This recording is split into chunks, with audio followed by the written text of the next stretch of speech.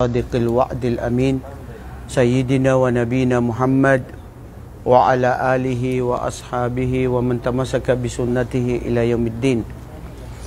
اللهم إننا نسألك علما نافعا وتوفيقا إلى عمل به ونعوذ بك اللهم من العلم لا ينفع وانفعنا بما علمتنا وذكرنا ما نسينا وتب علينا ولوالدينا ولسائر المسلمين في كل مكان.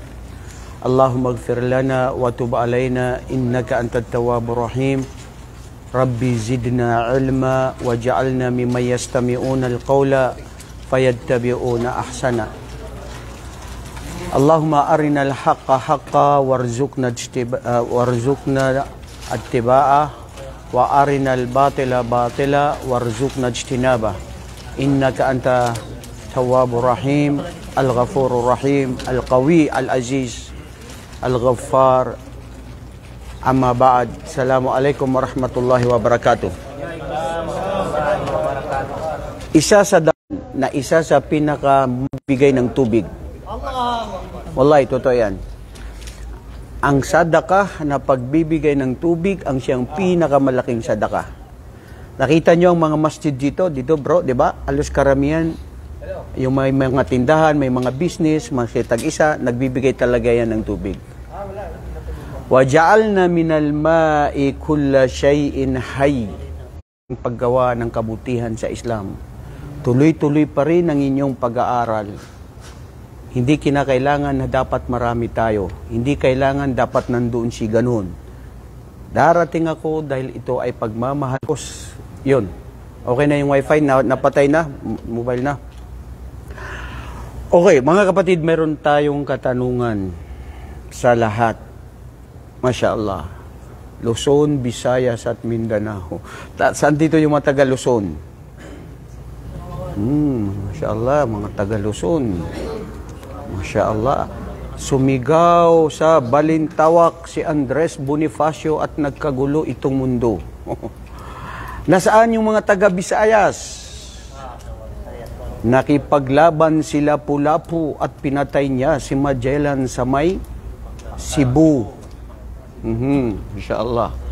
Saan dito ang mga taga Mindanao? Wallahu Akbar, hindi nagpapatalo ang mga Mindanaons. Mga taga Mindanao. At sa Mindanao nakipaglaban sina Dato Sikatuna. Yan, Dato Sikatuna. Dato Maasim. Yan, Masya Allah. Si Dato Manabilang. Lahat yan. So ito ay nangangahulugan lamang na ang mga ninuno natin ay lahat mga Muslim. Ikaw, tanggapin mo at hindi na isa kang Kristiyano na Pilipino na sinasabi mo, alamin mo na ang ninuno mo na pinanggalingan natin ay sila ay mga Muslim. Alhamdulillah. Kaya bakit ka nagbabalik Islam? Dahil nagbabalik ka sa totoong makatotohanan na relihiyon na kung ikaw ay dati ay naligaw, dahil sa mga magulang mo at dahil sa lugar na kung saan ka napapabilang. Ang tanong ko kanina, mga kapatid, palagay ninyo, ano ang unang pag-uutos ng Diyos? Tagapaglikha. Luzon, Visayas at Mindanao. Abdul Hasis, makipag-unahan. Ano ang unang pag-uutos ng Diyos? Bismillah. Ha? Ha? Oh, Faisal. Sultan. Ang sambahin ng Allah, ang tunay na nag-iisang Diyos. Ano pa yung isa? Unang pag-utos. Panulat. Ano yung panulat? Anong gagawin ng panulat? Ha? Rashid? Abdulaziz? Pangalawa, yung mali ng magulang. Huwag kang pumunta sa pangalawa. Ang tanong natin yung unang utos. Unang utos. Ha? Ano ang unang pag-uutos ng Diyos? Ha? Ha?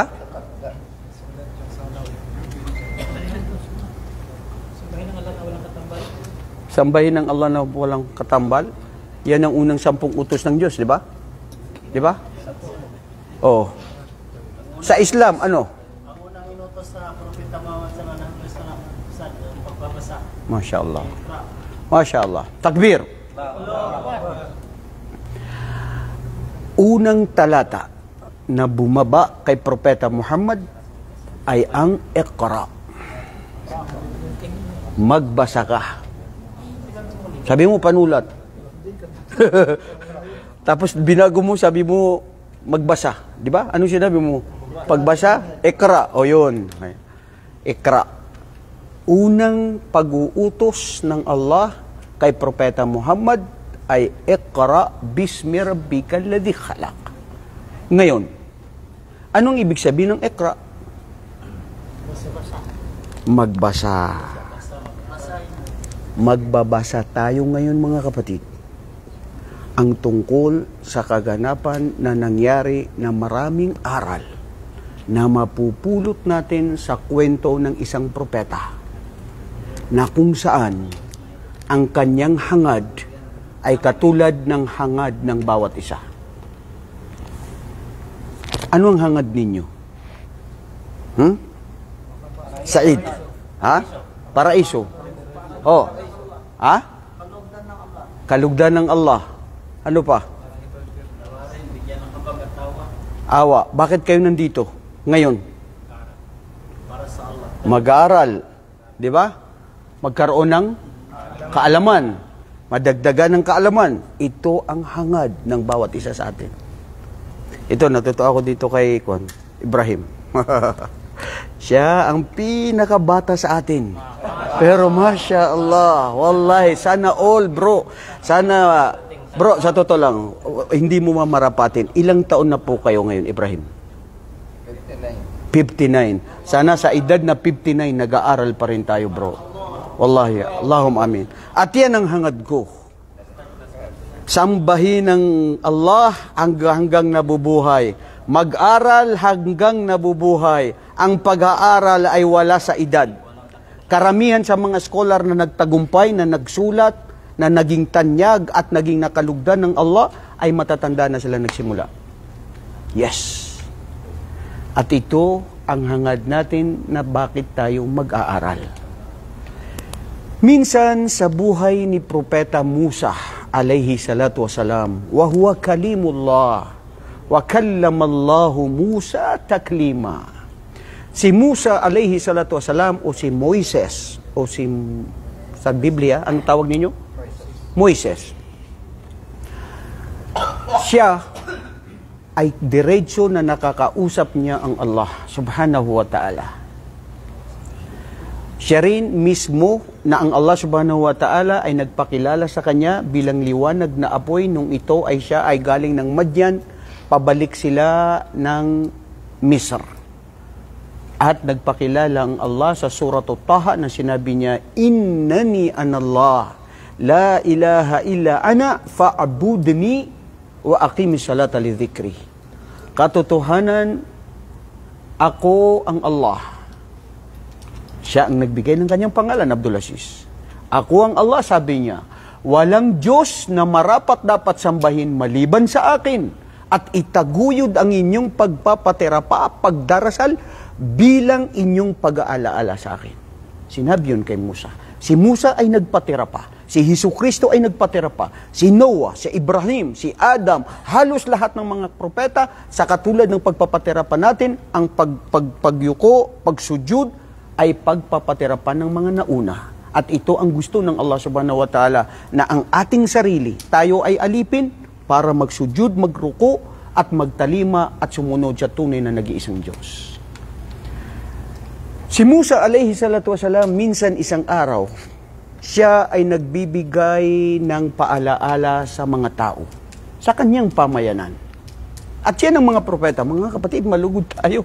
Dahil nandito tayo sa kabilang sa mga katulad ng ginagawa ng mga kasamahan ng mga propeta. Si Propeta sallallahu alaihi wasallam, ang mga sahaba, pag nandoon sila sa masjid ng Propeta sallallahu alaihi wasallam, nagsasabi sila, hayya bina nu'minu sa'a, halina kayo at tayo ay magtipon-tipon para palawakin at pataasin natin ang ating pananampalataya para maging malakas ang ating pananampalataya. Mga kapatid, sino yung may cellphone, di ba? Ang cellphone na yan, pag yan ay nanawalan ng battery, kailangan mong i-charge. Bakit kailangan i-charge? Para mabuhay, para magamit. Dahil pag yan ay nawala na ng battery, hindi mo na yan magagamit. Ang tao, tayo na mga Muslim, pag hindi tayo nakakarinig ng mga salita ng Allah, turo ni Propeta Muhammad sallallahu alaihi wasallam, pagbasa sa Quran, lahat ng patungkol sa Islam, ang mga pananampalataya natin ay humihina. Tandaan, ibig sabihin ang baterya para ma-full charge, para lumakas, maging matibay, malapitin sa Allah, kalugdan tayo ng Allah, ay ang pag-aaral ng katulad ng ganitong pagtitipon. Si Musa alayhi salatu wasalam ay nagsabi ng pagkatapos na niya na magbigay ng muhadara sa kanyang mga tao, may isa sa mga tao sa kanyang pamayanan na hindi nakapagpigil, na bilib siya kay Musa. Sabi niya, Musa, Ya Nabi Allah, hal hunaka ahadun a'lamu minka? O Musa, sabi niya, sa kapanahunan na ito, dahil ikaw ay isang propeta, mayroon nga bang tao na mas maalam pa kaysa sa'yo? Ha? Dahil siyempre, ang taong yun, nalalaman niya yung mga kaalaman ni Propeta Musa alayhi salatu wasalam, so naghahangad siya at gusto niya magtanong. At yan ang maganda sa tao. Magtanong ka, bro. Hindi ka matututo kung hindi ka magtatanong. Ha? Kailangan mo magtanong. Magtanong na may sense, na sa tama. Huwag yung magtanong ka na nagpapakitang gilas o nagyayabang o di kaya nagtatanong ka na ito rin ay walang katuturan. Lahat dapat may sense, may kahulugan at dapat mong malaman kung ano yung dapat na itanong mo. Nananabig ka ng kaalaman. Si Musa alayhi salatu wasalam, alam niya propeta siya at wala sa pagmamayabang at alam niya diretso na nakakausap niya ang Allah subhanahu wa ta'ala, nakalimutan niya na magsabi na Allahu a'lam. Simple as that, ang mga propeta. Ganun din naman si Propeta Muhammad alayhi salatu wasalam. Nung dumating sa kanya yung mga Quraysh, na sinabi sa kanila na ano yung yas'aluna ka anir ruh, ano ang patungkol sa espiritu, anong sinabi ni Propeta Muhammad? Sinabi niya, punta kayo dito bukas, o isang araw. Hindi siya nagsabi, nakalimut siya ng insyaAllah. O, dumating sila, kinabukasan, isang araw, isang linggo, sinabi nila, anta kadhab. Ito ang sugo na sinasabi niyang impostor, na nasasabi niya sa atin patungkol sa kaluluwa. Huwa mafi ma'lum, mafi kalam. Wala siyang masabi. Kasi si Propeta Muhammad, hindi dumating sa kanya ang wahi. Ang revelasyon mula sa Allah patungkol sa wahi. Dahil nga nakalimutan niya magsabi ng insyaAllah. Si Musa ganun din, nakalimutan niya na Allahu alam, hindi ko alam, pero walang maalam sa kapanahunan natin ngayon maliban sa ako. Dahil ako ay propeta.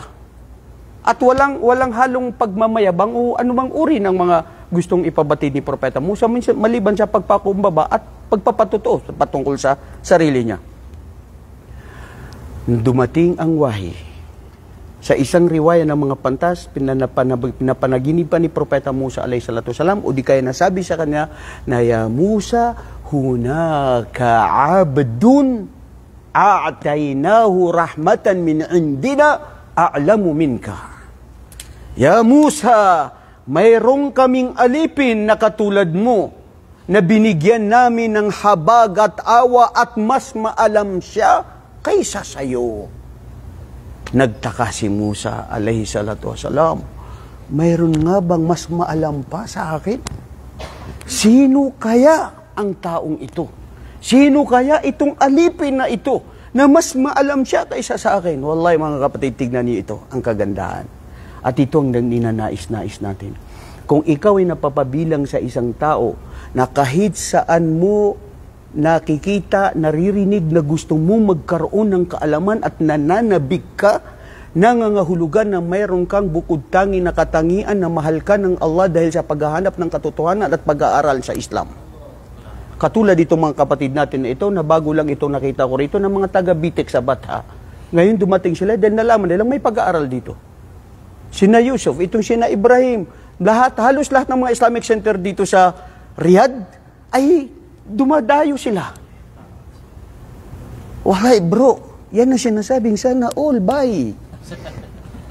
Oo, isipin mo yun, pupunta ka sa Islamic Center, magsasaksi ang bawat bagay na, ya Allah, ito'y pumunta siya doon.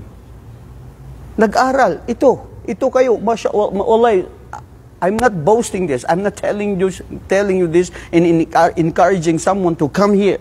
Because one of the best place I've ever encountered during my time or my time here in Riyadh is itong pagtitipon na ito dahil ang pag-aaral natin, mga kapatid, sa masjid, sa musalla. Ang propeta at mga sugo nag-aaral sila sa masjid. Fi baitin min buyutillah. Majtamakum min fi baitin min buyutillah. At kasama tayo doon. Allahumma amin ya Allah, ipabilang nawa kami. Nasabihin ng mga anghel na kumu magfiran lakum, magsitayo na kayo at maghiwa-hiwalay kayo sa habag at awa ng Allah at kapatawaran niya. Allahumma amin. Noong nalaman ito ni Musa, hindi mapakali at hindi makatulog, bro. Wallahi, sinabi ko yan sa sarili ko. Kung mayroon ding mas maalam na tao na ganun, ako alam ng Allah kung gaano ko gustong-gustong mag-aral. Unang dumating ako dito, 2012, may nakita kong Islamic Center ng pag-aaral ng mga isang sheikh na may tafsir, hadith, ganyan. Sabi ko, ito yung ginagawa namin sa Madina. Hindi ko alam paano gumamit ng Google Map, 2012. Hindi pa masyado uso yung mga Google Map na yan, yung mga internet or whatever. Sabi ko, saan ito makikita? Nagtanong ako, ang layo-layo, doon sa Swedi, doon sa masjid sa Swedi, na Jami' as-Swedi. 3 days ang pag-aaral doon, bro. Gustong-gusto ko makinig sa salita ng Allah sa kahit sinong mga mangangaral sa Islam. Ramdamin nyo, ang sarap ng tayo nakikinig sa kaalaman sa Islam. Isa ito sa kinalulugdan ng Allah, na lugar na ipinapahanap niya dito sa mundong ito. Si Musa, hindi siya mapakali. Gusto niyang malaman. At sabi niya, Ya Allah, bigyan ako ng pangitain at gabay na sana mahanap ko itong alipin na mas maalam kaysa sa akin.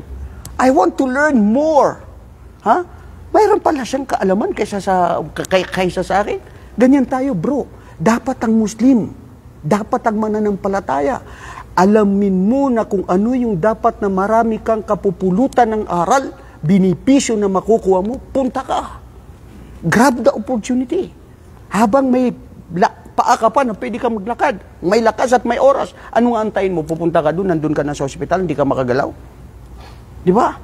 Ngayon si Musa alayhi salatu wasalam, hinanap niya ito at sinabihan siya ng Allah subhanahu wa ta'ala na makikita mo ang alipin na binigyan namin ng aming habag at biyaya na maalam siya kaysa sayo doon sa pinagbiyak na isang lugar na dagat na kung saan amdiya, ibig sabihin al-Majma' al-Bahrain. Ano ibig sabihin ng Majma' al-Bahrain? Bahar wahid. Bahrain ithnain. Alaysa muthanna, di ba? Okay. Al-Bahrain, dalawa. Isang dagat na naging dalawa. Anong ibig sabihin nun? Dagat na kung saan nahati, na kung saan doon mo yan makikita yung alipin na yan. Kaya sabi ni Musa alayhi salatu wasalam dito sa Quran sa Suratul Kahf na lagi ninyong binabasa every Friday. Sa verse 63. Bakit madilim ang aking nakikita ngayon? Ha? Madilim na talaga. Okay, nakasalamin tayo. Sorry lang mga kapatid dahil naano tayo. Okay, sabi ng Allah subhanahu wa ta'ala sa Suratul Kahf. Verse 63, A'udhu billahi minasyaitanir rajim. Wa idh qala Musa li fatahu la abrahu hatta abluga majma'al bahraini aw amdiya huquba. Allahu Akbar.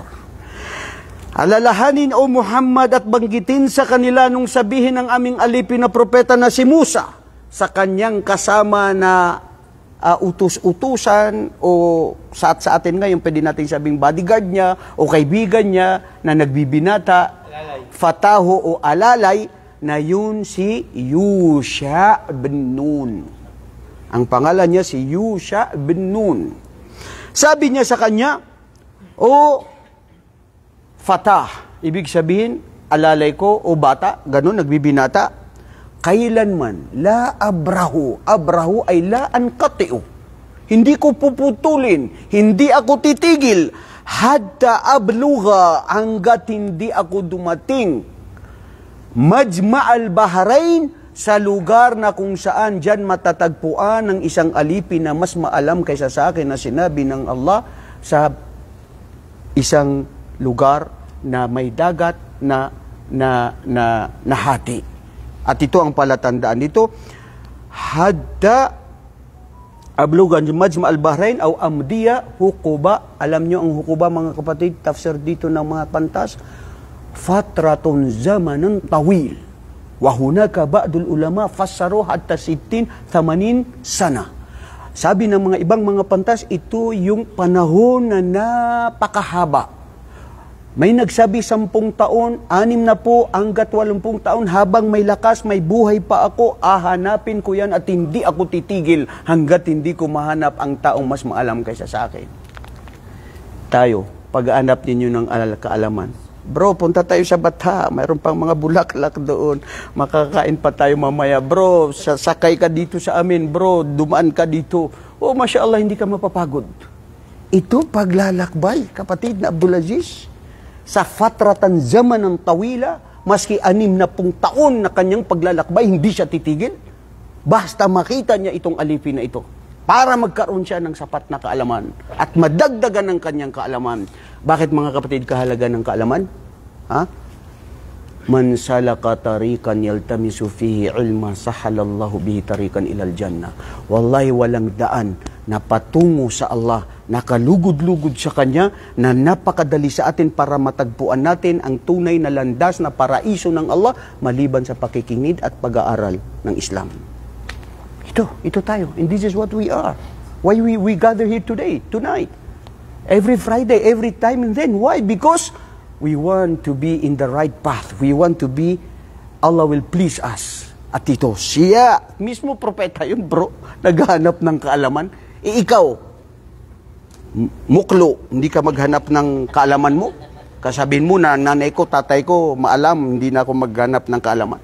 Kanay no ka, yan ulo-sulo ako, amra na, astagfirullahaladzim. Kaalaman ang siyang pinakamabuti, pinakamarangal, Allahu Akbar, ya Allah, wallahi tunay na yaman ang kaalaman. Ngayon, hukuba. Falamma balaga majma'a baynihima, nasiya hutahuma fattakhadha sabilahu fil bahri saraba. Umalis si Musa kasama ni Yusha ibn Nun. Sa kanilang paglalakbay, sinabi sa kanya na magdala ka ng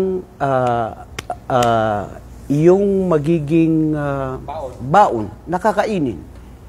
Isipin nyo, ang isda na dala nila ay patay na. Pero ang sabi sa kanya, pag ang isda na yan ay mabuhay, kung saan siya ay titigil o kung saan siya mabubuhay, yun, doon mo matatagpuan ng lugar na kung saan nandoon ang aming alipin na mas maalam kaysa sa iyo. Naglakbay sila ng maraming panahon kasama si Yusha ibn Nun. Minsan, inaabot ng gabi, umaga. Dumating ang panahon na kung saan nagutom na sila. Of course, pag ikaw naglalakbay, nagugutom. Sabi niya sa kanyang alipin o sa kanyang kasamahan, na nasaan ang ating baon para ito ay ating kainin. Pero bago pa yun marating o bago pa ngayon mangyari, minsan si Musa, dahil sa pagod niya, tao siya, malakas siya kung malakas, pero tao pa rin ang tao, napagod. Hindi niya namalayan, itong si Yusha ibn Nun, dahil siya ay tagabantay, yurakibu daiman, ang kanyang gawain, si Samranaw na masyap, ibig sabihin masinop. Lagi siyang nakakamonitor. Maski natulog si Musa, nakabantay pa rin dyan at gigising kung may mangyayari sa kanya, kapahamakan o ano. At yun ang magandang kasama, Masya Allah, bro. Lagi kanyang binabantayan. Hindi yung kasama mo na, bro, sige ha, tapos tignan mo na una siya natulog. nauna siyang kumain. Wala ka na. Di ba, bro? Ang magandang kasama yung talagang ipapaunan niya ang sarili niya na mapahama kung anong mangyari kaysa sa ikaw na binabantayan. Maraming tao na inaasahan mo na bodyguard mo na pag nagputukan doon na siya ang tumakbo, ikaw na mamatay ka na doon. Wallahi, this is realistic. Hindi yun. Si Yusha bin Nun, nung dumating sila doon sa lugar na yun, nakita niya na ang isda ay tumalon at nawala at napunta sa dagat. Kinabukasan, hindi niya yun nabanggit kay Musa. Fa'ansaniyahu shaytanu illa an adhkura. Nakalimutan niya yun sabihin at lumakbay sila. Nung paglakbay nila sa di kalayuan, nagutom si Musa at sinabi niya dito, nasaan? Hala, hatibina bit'am, bigadaina. Ito sabi ng Allah subhanahu wa ta'ala sa Quran. Falamma jawaza qala li fatahu atina ghada'ana laqad laqina min safarina hadha nasaba. Allahu akbar. O ngayon, umalis na sila. Sabi niya, qala li fatahu, sinabi niya dun sa kanyang kasama, atina ghada'ana, asan ang ating baon na makakain natin ngayon sa ating paglalakbay na napagod tayo? Qala, sabi niya, qala ara'aita idh awayna ila sakhrati fa inni nasitul hauta wa ma ansaniyahu illa syaitanu an adhkura wattakhadha sabilahu fil bahri ajaba. Fil bahri ajaba. Nagtaka rin itong si Yusha bin Nun. Paano kayo hindi magtataka ang isda ay nabuhay? Di ba? So, nung nagtaka siya, sabi niya kay Musa, oh, sandali, nakalimutan ko pala sabihin sa'yo. Nung nandoon tayo sa lugar na kung saan tayo ay nagpahinga ng nagpahinga tayo, nakita ko ang isda ay nawala at tumalon at napunta sa dagat. At ngayon sabi niya, nakalimutan ko sa'yo, nabanggitin sa'yo. Nakalimutan ko sa pamamagitan ni Satanas kung saan siya ay minsan na nagpapalimot sa isang tao. Lidhalik, daiman naqul a'udhu billahi minasyaitanir rajim. Si Satan, gusto niya makalimut ka sa Allah. Linlangin ka niya, makalimutan mo ang mga ipinag-uutos sa'yo ng iyong Panginoon. Qala, madaqal, qala Musa, qala dhalika ma kunna nabgha nuridu. Sabi niya, yan man, qala dhalika ma kunna nabgh fartadda ala atharihima qasasa. Subhanallah, tignan mo ang hikmah dito ng Allah. Si Musa, sabi niya sa kanyang kasama, na alam niya ang kanyang kasama ang layunin nila kung saan sila pupunta dahil para makita at matuklasan itong isang alipin. Sabi niya, yan man ang hinahanap natin. Yan ang lugar na dapat tayo ay manatili dahil doon natin matatagpuan isang alipin na yan. Siguro kung ako ang kasama ni Yusha bin Nun, sasabihan ko siya, Isada, hindi mo sinabi. Anong pakinabang mo na kasama ka na hindi mo sinabi? Di ba? Tao ka eh. Di ba bro? Oh, may mga personalidad. Pero si Musa sabi niya, Kala dhalika ma kunna nabgh. Katotohanan, yan ang lugar na dapat tayong manatili at matatagpuan yan, yung alipin na yan. Allahu Akbar. O kung sino naman yung kasama mo, lalong matutuwa. Magigilty. Sorry po, tao lang o di kaya, okay lang. Pero kung pagsabihan mo siya, siyempre, ang tao minsan, nagkakaroon ng sama ng loob. Pero si Musa alayhi salatu wasalam, yan ang mga gawain ng mga propeta. Hindi nakakapagsabi, bitsyo ng salita na nasaksaktan ang mga kasamahan nila. At ang kanyang mga pamayanan. Fawajada, bumalik sila. Fawajada abdan min ibadina atainahu rahmatan min indina wa 'allamnahu min laduna ilma. Ya Allah, ang kaalaman. Ano ang sinabi ng Allah sa Quran? Wa fawqa kulli dhi ilmin alim. Sa Quran yan, bro.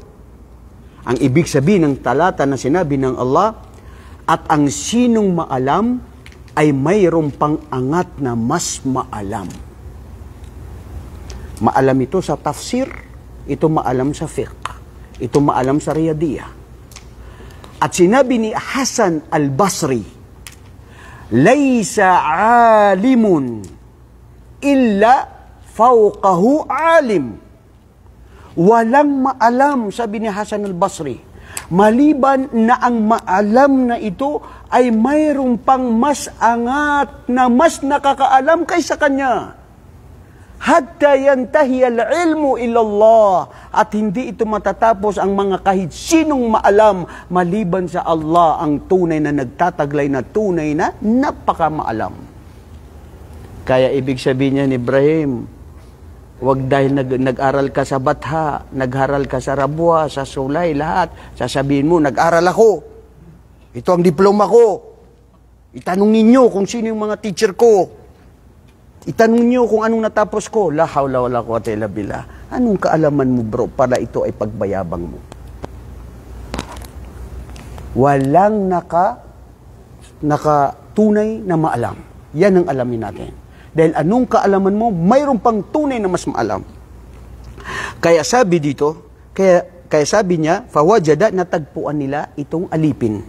Nung natagpuan nila itong alipin na binigyan ng Allah subhanahu wa ta'ala ng tunay na kaalaman na mas maalam kay Musa, dahil nakabalik sila doon, qala lahu Musa, hal attabi'uka ala ang tuallimani mimma ullimta rushda. Mga kapatid, ang tunay na kaibigan, ang tunay na gusto mo na makinabang ka, humiling ka ng kaalaman. Bro, ano yung hadith? Bro, ano yung tafsir dito ng Allah? Bro, ano yung kaalaman mo? O yung, bro, nakay kwarta diha, pakuan be. Bro, ang ganda ng t-shirt mo, ang ganda ng barilo mo. Mga mundong bagay na hinihiling mo, na pwedeng ikaw ay pusilo ng isang tulisan pag nakita niya yung maganda mong cellphone dahil sa nakita niyang bagay sa'yo. Pero ang kaalaman, ang tanyag na kailangan na dapat nating hilingin, kailangan na dapat nating malaman at pamanahan sa kahit sino. Tignan mo ito isang propeta. Nagsabi mismo siya. Qala lahu Musa, sabi ni Musa sa kanya, pwede ba na ako, ika, ay turuan mo ako ng anumang ipinagkaloob sa iyo ng Allah na kaalaman? Allahu Akbar. Sa isang riwaya, of course, dito, hindi ito detalyado, pero yung mga ibang tafsir ng mga pantas, pumunta at nakita ni Musa itong alipin, na ang pangalan niya ay si Khidr. Bakit siya tinawag na Khidr? Si Khidr, may khilaf dito ang mga ulama. May nagsabi na siya ay propeta. May nagsabi na siya ay rajulun salih, abdun salih. Ibig sabihin, masunurin at matakutin sa Allah subhanahu wa ta'ala. Ngayon, nung nakita niya si Musa, nagsalam si Musa, assalamu alaikum. Sabi ni Khidr, wa alaikumussalam. Nagtanong siya, si propeta Musa alayhi salatu wasalam, na ikaw ba si Khidr? Nasabi niya na ako ang isang alipin ng Allah. At sabi ni Khidr, ikaw ba si Musa? Nagtaka na. Nagtaka na si Musa. Oh, talagang maalam ito. Huwa fi ma'lum, ana fi ismi, ana. Huwa fi ma'lum. Magtataka ka, bro, di ba? Hindi mo alam sa isang lugar, mapupunta ka doon, sasabihin mo, ako si Ayman Laksamana. Masya Allah. Di ba? Sasabihin mo, oh, bakit mo ito kilala? Wala pang internet, walang social media para makilala mo itong tao na ito. Napagbatid ni Musa na maalam talaga itong si Khidr. Ikaw si Musa na sinugo sa mga angkan ni Israel. Nagtaka na si Musa. Sabi niya, ito na nga, kani siya ang akong gihulat. Ito yung hinahanap ko talaga. At nagsabi siya, pwede ba ako ay sumama sa'yo? Naturuan ako sa mga bagay na kaalaman na ipinagkaloob sa'yo ng Allah. Anong nangyari? Anong sinabi ni Khidr? Sabi ni Khidr, qala innaka lan tastati'a ma'i sabra. Tignan mo ang kaalaman ni Khidr. Alam niya na si Musa ay hindi makapagtimpi, hindi makapagsabar. Yan ang tao, minsan hindi makapagsabar. Kaya ba lahat ng pinagsasabar nyo, natitimpi nyo? Ha? Bro? Hindi ka nga makapaghintay eh. Sabar, isyada. Kanina sa pagdadriver lang, wallahi nainis ako kanina. Nagdadrive ako. Sorry bro, lagi ko ito na-experience kasi nagdadrive tayo lagi. Meron na naman, pip, Binuksan ko talaga yon ha. Yung pintuan, sabi ko, ganyan, isa da. Agantay ka lang. Pero nagsisi din ako, sabi ko, hindi dapat yon. Kasi nagsabi akong ganyan, lalong nainis yun. Bro, napakalaking insulto sa mga Arabo na magsabi ka ng ganyan sa kanya. So, astaghfirullah. Huwag niyo ako gayahin. Kasi hindi ako nakapagsabar.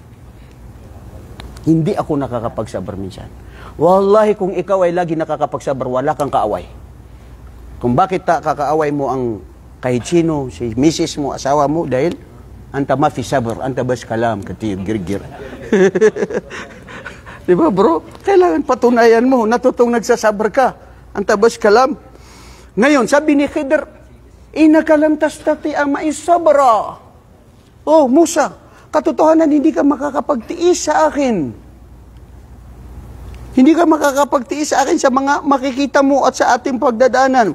Wa kayfa tasbiru ala ma lam tuhit bi khubra, na wala kang karanasan dito, paano ka makakapagtimpi? Sabi ni Musa, tignan mo si Musa, katulad natin na tao din. Sabi ni Musa alayhi salatu wasalam, qala satajiduni insyaallahu sabiran wala aasilaka amra. Ganyan kasi ang tao. Ang sabi ni Musa, katotohanan, makikita mo ako sa mga matatagpuan ako na matiisin. Ha? Mashallah. Matiisin ako. Anak ya sa berak ni Nori Syakini. Pakunot ako nga. Ha? Makuyog ko sa imo. Noon sa imong gisulti. Paano mo ako mapapatunayan? Nag-judge ka na sa akin? Ha? Sabi ni Musa, makikita mo ako sa mga taong matimpi at hindi ako susway. Hindi ako magiging swail. Anong pag-uutos mo? Anong sasabihin mo? Susundin ko. Okay, yan pala kondisyon. Yalla, yamshin. Yalla, roh. Namshi. Umalis na sila. Ya Allah, Allahu Akbar. Ang Quran, Qisasul Anbiya, mga kapatid. Sabi ni Khidir, qala fa inittaba'atani fala tas'alni an shay'in hatta uhditha laka minhu dhikra. Correct. Yan ang kondisyon. Al-Muslimu ala syurutihi. Ang Muslim ay doon siya sa kung ano ang kondisyon niya. Bro, di ba? Mag-aasawa ka. O, sinong aasawain mo? Kailangan may kondisyon. Minsan may Arabo, Amrullah. O, bakit? Gusto ko mag-asawa ng Pilipino. O, sabi ko, sige, Sheikh, siyanap kita. Gusto ko bata, 16 years old, sexy, maputi. Tapos, hindi kulot ang buhok, mahaba ang buhok. Ang dami kondisyon hindi hiling niya. Sabi ko, saan ka makahanap niyan, Sheikh? Ha? Bata na ganyang kondisyon. Ang Muslim, bro, nasa kondisyon niya. Pati ang transaksyon, pati sa pagdarasal, lahat mayroon tayong mga kondisyon na gusto natin. Di ba? At ganun din sa transaksyon. At gusto din sa pagpapakasal. Ngayon, sabi ni Khidir, kung gusto mo nasasama ka sa akin, ito ang aking kondisyon. Lahat ng makikita mo, ayaw ka magsulti, ayaw ka magsaba, hilom imong baba. Huwag ka magsabi. Ha? Dahil marami kang makikita na hindi ka makapagtiis. Huwag kang magsalita. Upang makasamranaw na tangi lang nga na mata nga makailay. Magbingi-bingihan ka. Yan ang condition ko, sabi ni Khidir. Ha? Huwag kang magsalita. Ha, sabi ni Musa, yan ang bubsyari. Sana rin malabud. Sana mati. Yan lang pala yan. Okay, sige. Go. Yalla, namshi. Alis tayo. Ayan. Umalis na. Fantalaka. Antalaka itnain mutanna. Hatta idha rakiba fi safina. Kharakaha. Qala akharaktaha litughrika ahlaha. Laka ji'ta syai'an imra. Subhanallah. Mga kapatid, wallahi, pag nakita nyo na rin nyo yung mga mufassir na mga mas maalam, para nyo nakikita ang kanilang mga pagkukwento sa bawat kataga na salita na binitiwan ng Allah subhanahu wa ta'ala na mayroon itong mga maana, mayroon itong mga ibig sabihin, mayroon itong mga hikmah. Sabi nung sila ay umalis na, at sila ay nakasakay sa isang sasakyang pandagat. Kilala ng mga tao, na pamilya, na mga dukha, na mahihirap sa pamayanan, si Khidir. Oh, Khidir! Oh, nakita nila si Khidir. Hindi nila kilala pa si Musa. Tapos pumunta sila, hindi sila pinabayad. Nakita nila kung paano nila pinagsilbihan si Khidir at itong si kasama niya na si Musa.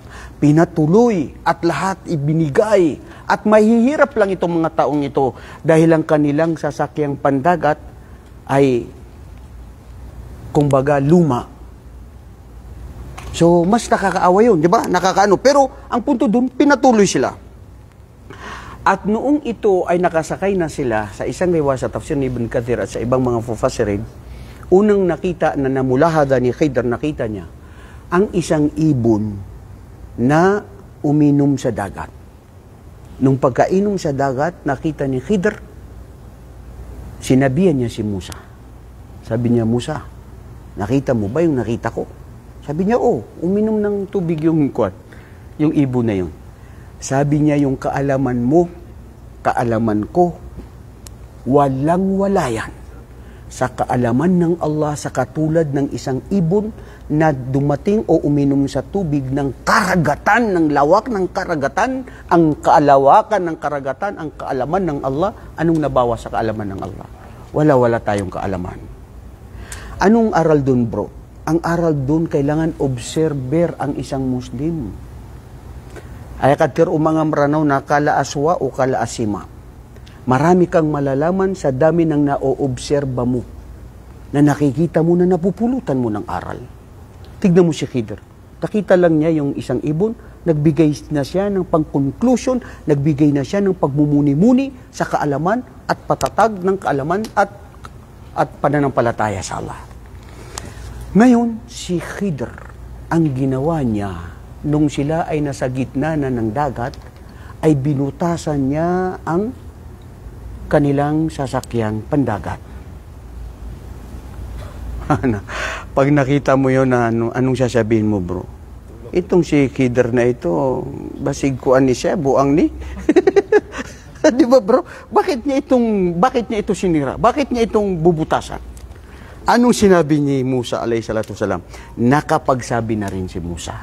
Hindi siya nakapagtiis. Sabi niya, Qala akharaktaha litugrika ahlaha. Subhanallah. Ang sinabi dito ni Musa, sa mga panta sabi nila, hindi siya makasarili. Hindi siya nangamba sa sarili niya. Kasi dapat sinabi niya dito, akharaktaha litugrika na.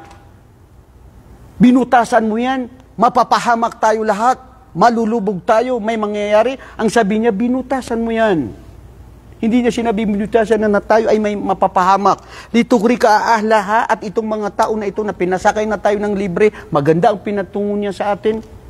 Tapos, yan pa ang iginanti mo sa kanya, sa kanila. Itong pagbutas-butas mo ada, isyada. Anong sinabi ni Khidr? Qala, alam ako laka, innaka lan tastati'a ma'i sabra. Hindi ba ikaw ay sinabihan ko na ayaw ka magsulti diha? Di ba, bro? Huwag ka magsalita. So bakit ikaw nagrereklamo ngayon?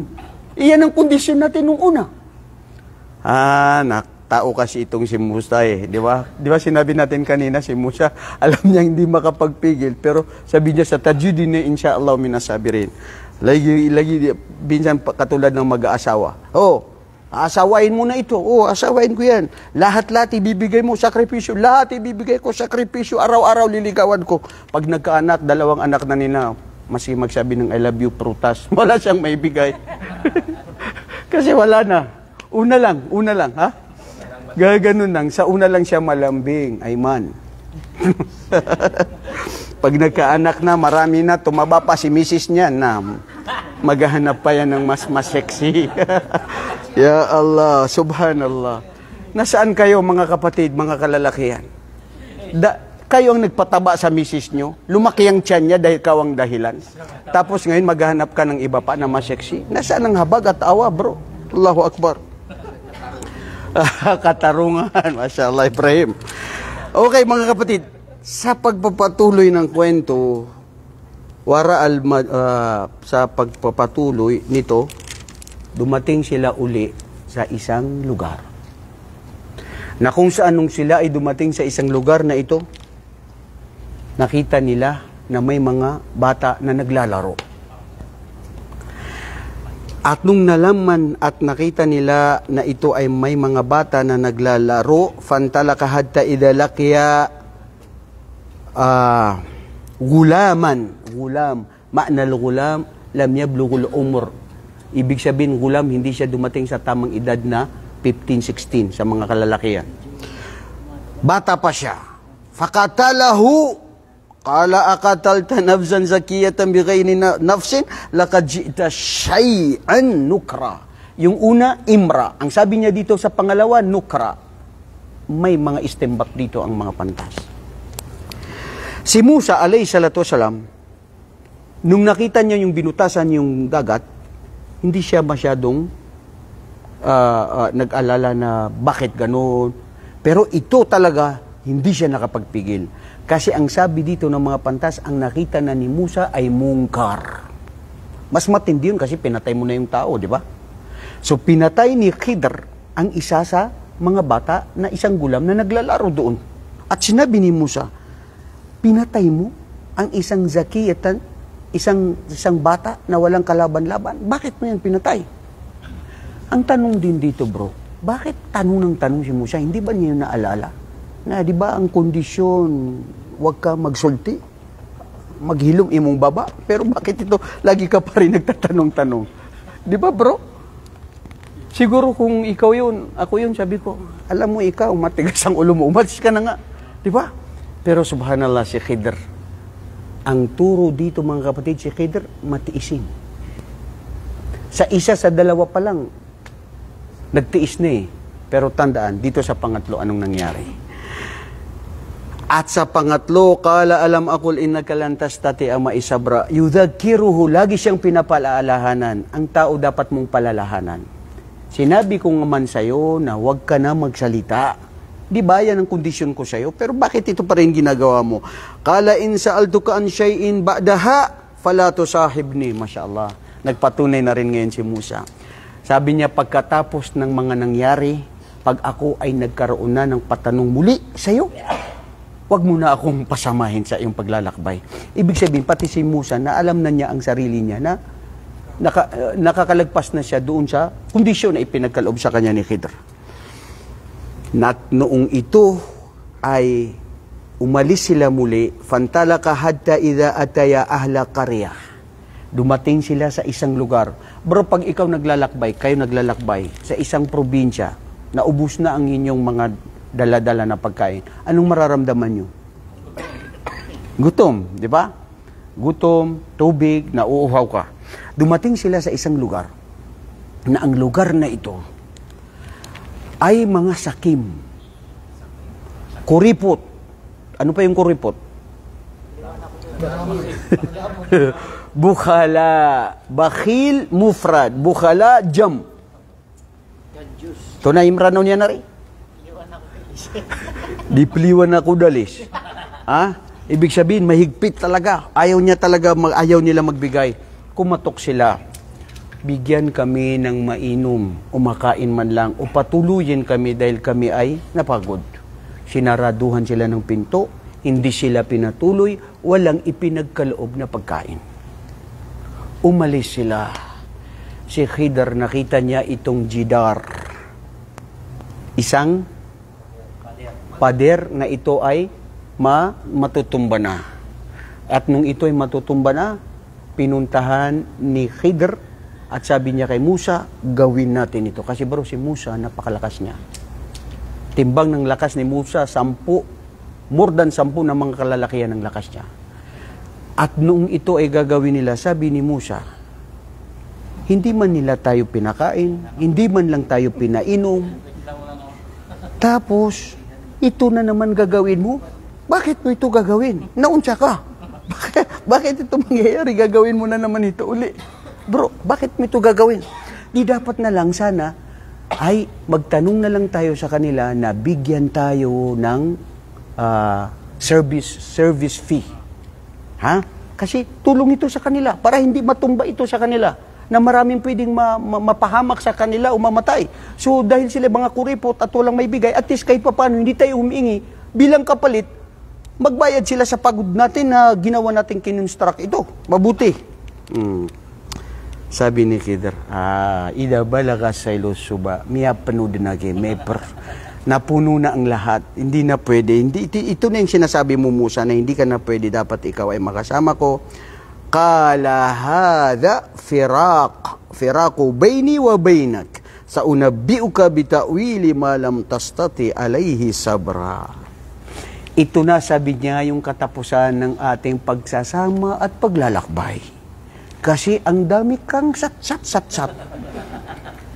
Sabi niya sa mga mufassir, wallahi, sabi ni Propeta Muhammad, rahimallahu Musa.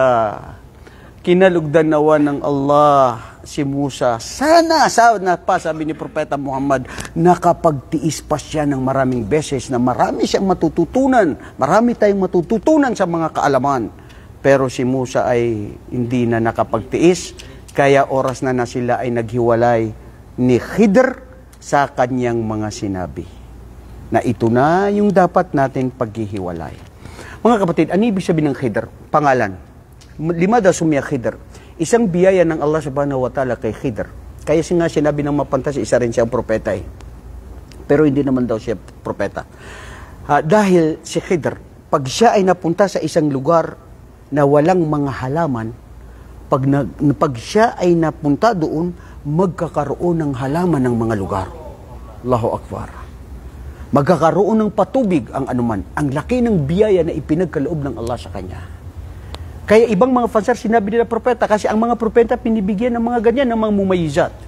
Si Musa alayhi salatu wasalam na ibinigay ng mumayizat ng Allah subhanahu wa ta'ala sa kanya, ay ang nabiyak niya ang dagat. Di ba? At si Propeta Muhammad sallallahu alaihi wasallam, nabiyak niya ang buwan. At sa kanyang mga daliri, nagkaroon ng tubig.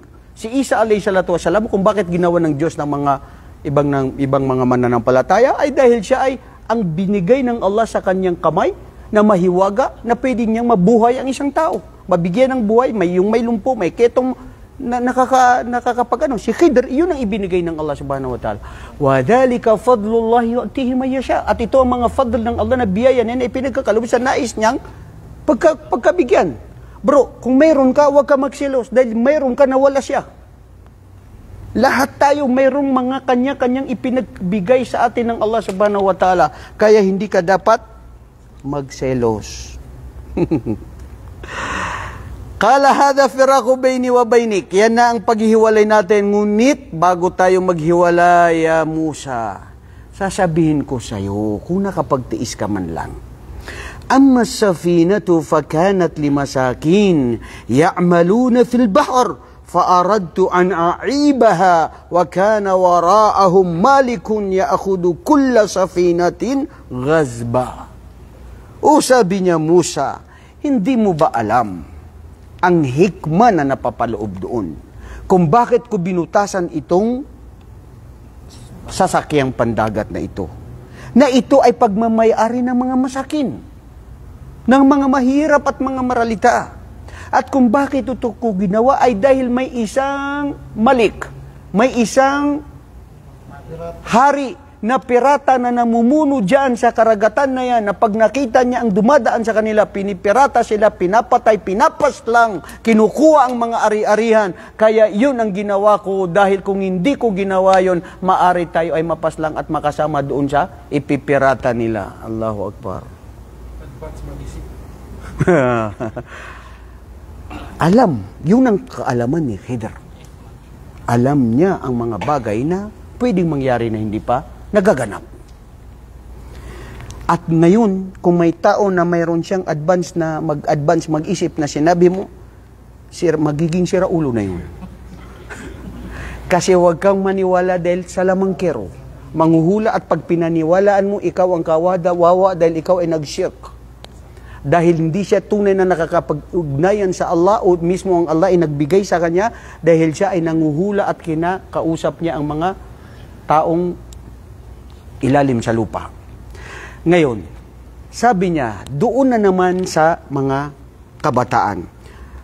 Sa kabataan, wa ammal gulam fakana abawahu mu'minain fakashina ay yurhiqahuma tughyana wa kufra. Ya Allah, alam din ni Khidr.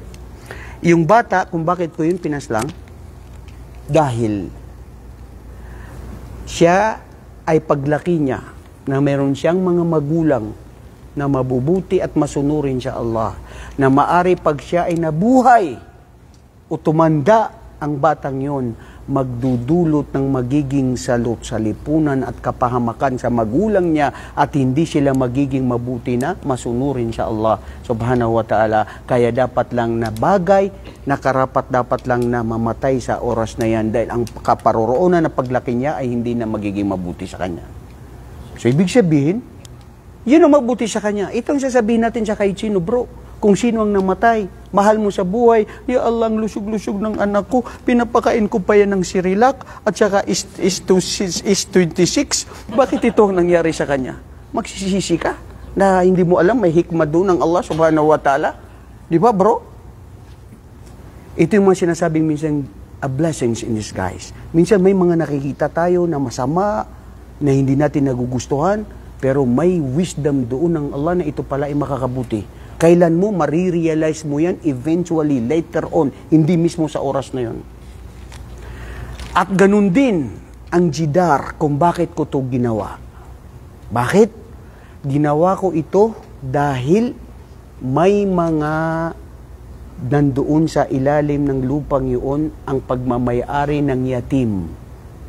Na pag yun ay nabuklat yun at hindi naayos yun, kukunin ng mga taong sakim. At kawawa ang mga bata na ito na ulila. At ginawa ko yun dahil sa kapahintulutan at habag ng Allah at biyaya niya sa akin na nagbigay siya ng hawahi para gawin yun dahil papakinabangan yun ng mga batang ulilay na yun na napag-iwanan ng magulang nila na ang mga taong pamayanan kabag-anak nila ay ginagawa silang ulila at pinapahirapan at hindi sila pagkakaroon ng anumang biyaya kahit papaano sa huling panahon makikita nila ang pinag-iwanan sa kanila ng kanilang mga magulang.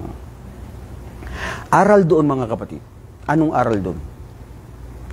Ang aral doon, ang isang magulang na mabuti, maaari ang mga anak mo, ay sila ay magkakaroon ng kabutihan. Basta maging mabuti lang ang magulang. Maaring ikaw ay hindi kayo maman. Maari ang gusto mo, hindi ka na success. Pero dahil sa kabutihan na ginagawa mo, maari pupunta yun sa mga anak mo. At anong aral din sa oras na kung saan si Musa ay naghiwalay sila kay Khidr. Hada firaku bayni wa baynik. Diba? Ito na yung oras na paghiwalay natin. Anong wisdom doon mga kapatid? Bakit sila naghiwalay? Dahil? Okay? Hindi siya nakapagtimpi?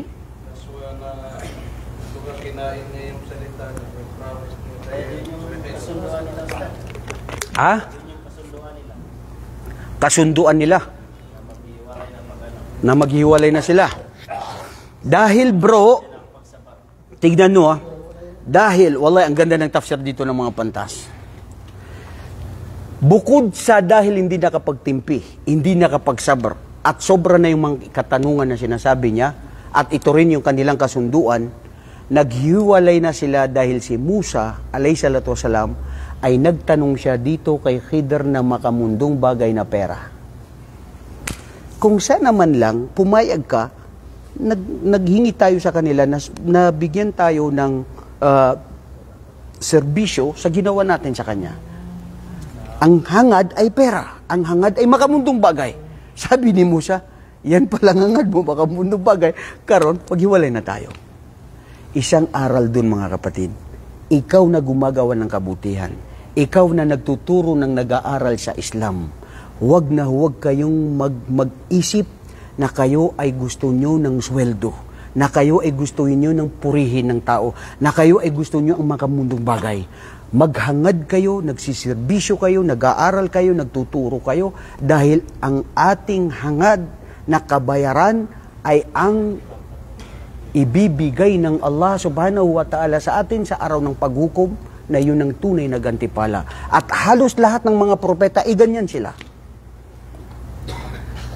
Ang gusto ng mga propeta ay sila ay kalugdan ng Allah dahil ang gantimpala nila ay sa araw ng paghukom.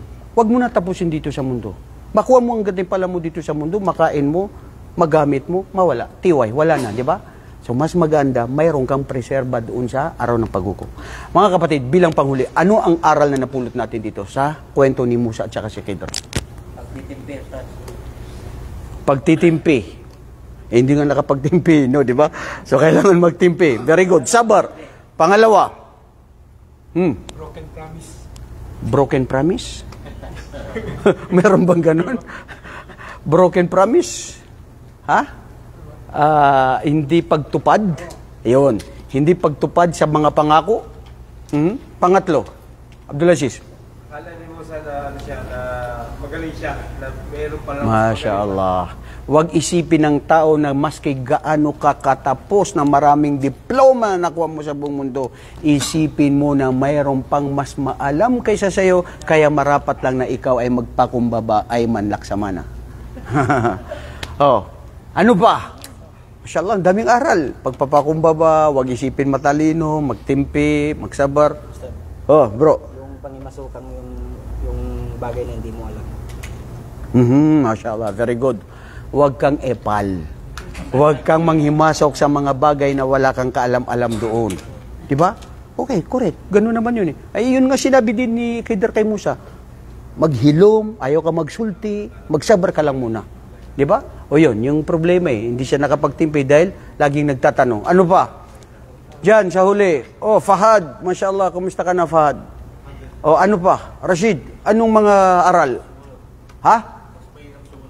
Sumunod ka na lang, bro. Wallahi, correct. Daming aral. Sumunod ka. Ha? Mag-aral sa nakakaalam. Ano pa? Ibrahim. Ang pagkakaroon ng pagkakaiba ng mga propeta ng kanilang mga katangian. Masya Allah. Ang mga katangian ng mga propeta na nagkakaiba-iba na ipinagkaloob ng Allah sa bawat propeta. Na mayroong mga iba na wala sa iba. Allahu Akbar. Ang kahalagaan ng kaalaman. Kahit saan man ito matagpuan, gaano man ito kalayo, gagawin mo. Pagkalimot. Hanggang buhay ka pa. Ano pa? Pagkalimot. Ang pagkalimot, nakakalimot ang tao. Oh, ano pa? Abdulaziz. Huwag maghangad ng anumang kapalit sa mabuti mong nagawa. Masya Allah, very good. Huwag kang maghangad na may kapalit sa mabuti mong nagawa. Antayin mo na lang ang gantimpala ng Allah na ibibigay niya. Mga kapatid, bilang panghuli, wallahi, ito kung bakit natin ito napili ngayon na ikwento sa inyo, dahil kayo at ako, lahat tayo ay naghahangad ng kapatawaran ng Allah at ng kanyang paraiso. Napakalaki na dapat nating tunay na pagyamanin, pagsamasamahan, pag-aralan ay ang pagkakaroon ng tunay na kaalaman. Sa Allah, sa Islam, kay Propeta Muhammad sallallahu alaihi wasallam. Dahil ito ang tunay na makakatulong sa atin, sa ating libingan, lalong-lalo na sa araw ng paghukom. Subhanakallahumma wa bihamdika asyhadu an la ilaha illa anta astaghfiruka wa atubu ilaik. Assalamualaikum warahmatullahi wabarakatuh.